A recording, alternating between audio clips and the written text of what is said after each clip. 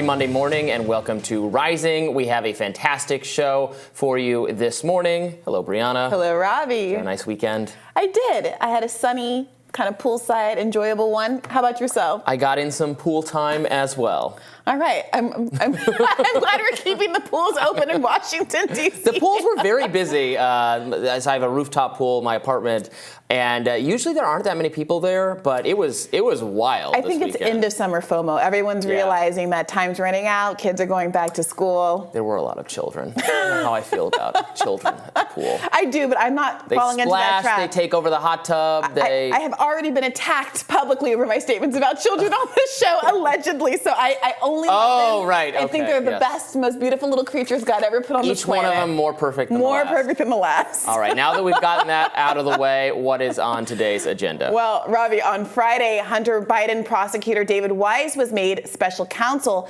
after plea negotiations between the president's son and the Department of Justice broke down last month. And the hours after his new appointment, Weiss dismissed the gun and tax charges against Hunter Biden in Delaware, so prosecutors could instead bring new charges in Washington, D.C. or California. On Friday, Attorney General Merrick Garland said the choice to make Weiss special counsel came per Weiss's own request. Garland cited, quote, extraordinary circumstances for the appointment. House Republicans currently probing the IRS's investigation, however, are unconvinced. They say the last-minute shakeup is too fishy to be above board. Well, in a statement, Oversight Committee Chair James Comer wrote, this move by AG Garland is part of the Justice Department's efforts to attempt a Biden family cover-up in light of the committee's mounting evidence of President Biden's role in his family's schemes, selling the brand for millions of dollars to foreign nationals. Yesterday, IRS whistleblower Gary Shapley broke down why the proposed change in venue could result in more favorable trial conditions for Hunter Biden. Let's watch. A subject has to be charged where the crimes are committed. It's called venue. And in this case, the venue was determined as early as June of 2021 that for the 2014-2015 charges, it was the venue, most appropriate venue was the District of Columbia. And then for the next years, 16, 17, 18, 19, the venue had to be in Central District, California. Both of those districts are ran by President Biden-appointed U.S. attorneys. And he said on multiple occasions, U.S. Attorney Weiss said on multiple occasions, and the prosecutors are well aware of it. It was an ongoing conversation with investigators, the entire investigation toward charging in March of 2022 that they had to go to D.C., then they had to go to California because David Weiss didn't have the authority. This announcement runs afoul of everything that DOJ has told the American people about who has the authority. It runs afoul of Attorney General Garland's testimony in front of Congress on April 26th last year and March 1st of this year. And these letters just simply are not accurate based on the actions taken. If you recall, Attorney General Garland said that David Weiss had more authority than a special counsel had. So now he appoints him special counsel. Does he now have less authority than he had previously? It just doesn't match up. The White House and President Joe Biden have denied any wrongdoing. So this is a move, ironically, this is kind of a move that Republicans wanted initially, so. But given how David Weiss has characterized the investigation up until now, the deal that he facilitated for Hunter Biden on relation to those charges, he certainly lost the trust, the faith of Republican lawmakers who want someone else involved. So let's run through this timeline a little bit, because I think it is confusing to folks who are coming at this from the perspective of Weiss is a Trump appointee, not a Democrat. There was a lot of references to Democratic appointees, but Weiss is a Trump appointee. Yes. As of last September, 30 Senate Republicans sent a letter to Merrick Garland requesting that he designate Weiss as a special counsel to this investigation. Apparently, Weiss also made this request, according to Merrick Garland. That's why he made this decision.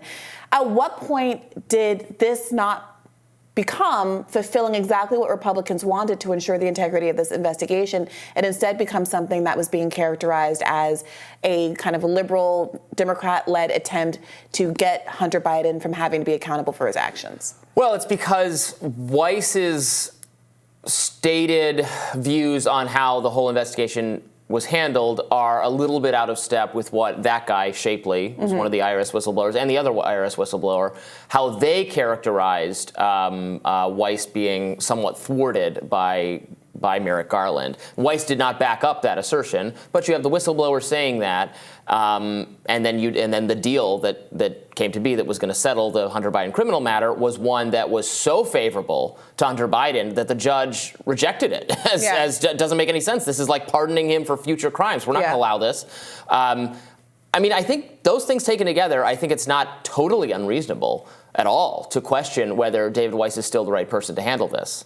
And without, trying to allege that he was some Democratic plant, because as you point out, he was a Trump person, and, Garland has said he gave him total authority to conduct the investigation however he wanted, that he had, Garland claims that Weiss had effectively had this special counsel status without it literally being on paper, said he could do whatever he wanted. Now we've made that formal, but we've done it after a point where many Republicans feel the really meaty stuff is not being looked at, not the taxes and in fact that charging him for those things and then offering this blanket amnesty for anything that was going to come out further was actually, I mean, this is not to get conspiratorial, but that was actually going to end up shielding Biden's from accountability for the things that really matter, the influence peddling. Yeah, so just as a recap, it was the $100,000 failure to pay over $100,000 in taxes from over $1.5 million in income in 2017 and 2018. That was part of what was at issue, in addition to the falsifying the gun application crime, where he, stated that he was not under the influence of drugs, when all the evidence we now know from the laptop, et cetera, shows very clearly that he was at the time. And I do think it is a very telling that the agreement was not blocked in this instance by an ostensible political actor, but by a judge in this case, who, again, I do think the forward-reaching nature of it, insulating him against future charges when there's still so much that's coming out in the course of these investigations, is a big problem. It's crazy. It is absurd. And many, many folks are also doubly frustrated by this reality, given that Joe Biden is someone who, for his entire career, has advocated for more strict and harsh penalties on people who have engaged in these kinds of crimes, showing no leniency whatsoever in the black and white of how he's treating his son versus how he treats ordinary Americans, or how his son is being treated, I should say, by the criminal justice system versus how ordinary, non-rich, non-connected Americans are treated, is really galling to the public eye.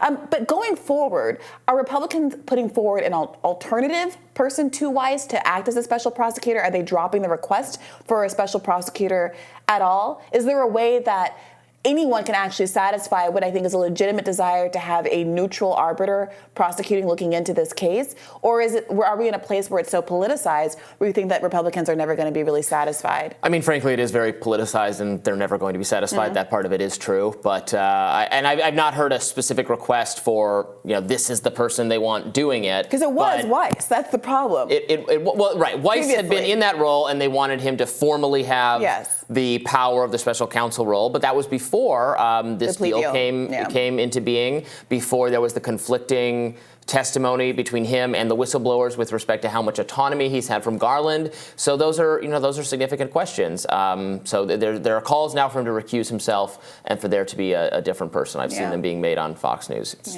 interesting. House Democrat Dan Goldberg, however, defended prosecutors against allegations that the original Hunter Biden plea was a, quote, sweetheart deal. Let's watch. To my mind, having been a federal prosecutor for 10 years, not at all a sweetheart deal. This is something that is routinely treated in a civil way, through civil penalties, not criminally. And yet Hunter Biden was charged with crimes. This is a 5-year investigation. They looked at everything. We know that from testimony in the Oversight Committee. They had foreign bank records. They had domestic bank records. They had hundreds of thousands of documents. And this is ultimately what they thought they could charge. Now, in the ordinary course, you would not give immunity for other conduct than what is charged. But this is not the ordinary course, because you have a petty, vindictive bully running as for president on the Republican Party, who will use revenge and weaponize the Department of Justice to potentially charge Hunter Biden. So even though I'm sure Hunter Biden has confidence that David Weiss will not charge him with additional crimes, they have no confidence that if Donald Trump wins, that he would weaponize the Department of Justice to charge Hunter Biden, go back and charge him. And that's why this plea agreement has broken down. Well, attorneys for Hunter Biden have accused federal prosecutors of, quote, changing their decision on the fly in court in regards to the alleged sweetheart deal. When it comes to the case's potential change of venue, Biden's attorney said, quote, whether in Delaware, Washington, D.C., or anywhere else, we expect a fair resolution on behalf of our client. Now, that statement from the congressman, he concedes that the plea deal is bonkers to have that lasting into the future amnesty, and he says, well, it's because Trump. Right. Is that persuading anyone? No, and this is why all of these conversations are so exhausting now, because each side is claiming that the Department of Justice is being weaponized for the political interests of the other side, which may or may not be true. It can also be true in both cases. It can be true in both cases, because the reality is that powerful people have always had the power to write the laws and weaponize them, exploit them to their own personal benefit. And so I don't know what to do with that at a certain point. Well, and what he says, you know, when they're trying to describe the arrangement as, you know, was it too lenient? Was it too harsh? Of course, one can find numerous examples of people being charged much more harshly than Hunter Biden, and also much more leniently, because it's a large, diverse country. And you know, what kind of deal? There's prosecutorial discretion. What kind of deal you get? It involves how good your own attorney is, whether you made incriminating statements when you were arrested. Did you flip on somebody else? Right. All sorts of things. Yeah, and how powerful and well-connected you are. And the powerful and well-connected, like Hunter Biden, can get away with a lot more in a lot of cases. Not every case. Again, sometimes the evidence is so compelling or you screwed up. So yes, you'll always be able to point to other examples as being better or worse. Yeah, I mean, this is out of step with my general views on criminal justice, but there's a part of me in this high-profile political context that would prefer just a maximalist view of things. Mm-hmm. Okay, fine, everybody goes to jail. when it's rich and powerful people whose crimes are pretty well vetted, and this isn't an issue where they're being railroaded and don't have the money to defend themselves in our very much rigged criminal justice system, I'm inclined to say, in the interest of fairness, everyone has to go down. And that means Donald Trump, and that means potentially the quote-unquote Biden crime family, anything to get us from stopping wasting hundreds of thousands and millions of dollars on endless hearings and trials, and to get back to the business of actually legislating for the American public. I could maybe get behind this proposal. Jail them all. The whole government goes to jail. Hey, drain the swamp. Wasn't that the point? Yeah. All right, we've got a lot of exciting things to discuss today. More Rising coming at you in just a minute.